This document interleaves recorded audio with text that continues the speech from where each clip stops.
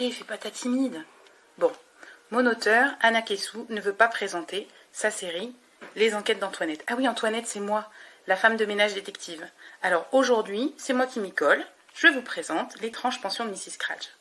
Avec ma copine Mireille, on est allé enquêter dans la pension de Mrs. Scratch, une vieille dame acariâtre et vraiment pas très sympa. Alors aujourd'hui, je vais vous lire un petit passage de ce livre après avoir enlevé mes gants parce que pour lire un livre, les gants de femme de ménage, c'est vraiment pas très pratique. Alors, qu'est-ce que je vais vous lire comme petit passage ? Bon, tiens, si je vous lisais le moment où on arrive à la pension, ce serait plutôt pas mal. Alors, je vais mettre mes petites lunettes. Nous suivons un étroit vestibule et attendons patiemment dans l'entrée face au comptoir, dans un petit salon prévu pour l'accueil des voyageurs. Une chaleur surannée et douce nous enveloppe.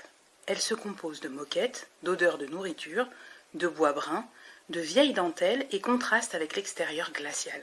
Effet immédiat. Nos joues s'empourprent comme celles d'un enfant pris les doigts dans le pot de confiture.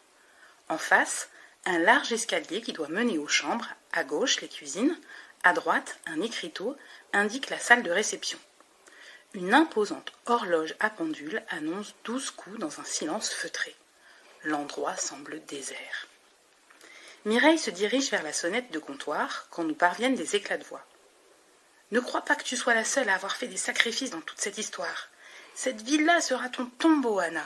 Tu en mourras. Jamais je ne partirai, tu m'entends ? Jamais. Et dis à Gustave qu'il n'est désormais plus le bienvenu ici. » Un septuagénaire à la veste froissée et à la barbe mal taillée ouvre la porte à la volée. Il est aussitôt suivi par une femme rondelette en tablier. Le vieil homme, un ancien sportif au regard de ses avant-bras puissants et ses épaules larges, passe devant nous sans nous voir.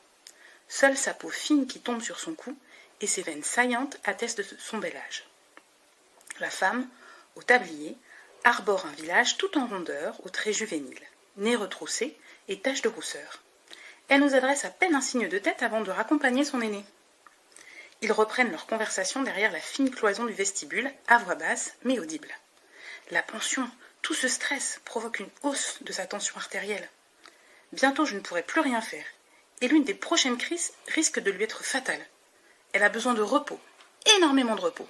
Je ne comprends pas pourquoi elle s'obstine à conserver cette bicoque pourrie.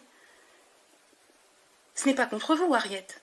Je sais que vous faites votre travail, mais cette maison sera sa perte. Elle devrait profiter de l'offre de Gustave. Écoutez, docteur, vous savez comme moi que personne ne dicte sa conduite à Anna Scratch. C'est pour son bien, vous savez, nous avons toujours été de son côté avec Gustave. Cette pension ne lui aura valu que des ennuis. Je regarde Mireille, les yeux écarquillés. Elle hausse les sourcils, un doigt sur la bouche. Nous attendons, silencieuses. Inutile d'insister. Je vous ai appelé pour son malaise, pas pour une transaction immobilière. Mrs. Scratch ne renoncera jamais à la villa, du moins tant qu'elle sera en vie. Et même morte, je parie 100 fois mon tablier qu'elle reviendra la hanter. Cette maison, c'est un peu les enfants qu'elle n'a jamais eus. Oui, enfin, tenez-moi au courant, concernant l'évolution de son état. Voilà, c'était un extrait de l'étrange pension de Mrs. Scratch. J'espère qu'il vous aura plu et que vous aurez envie de lire la suite.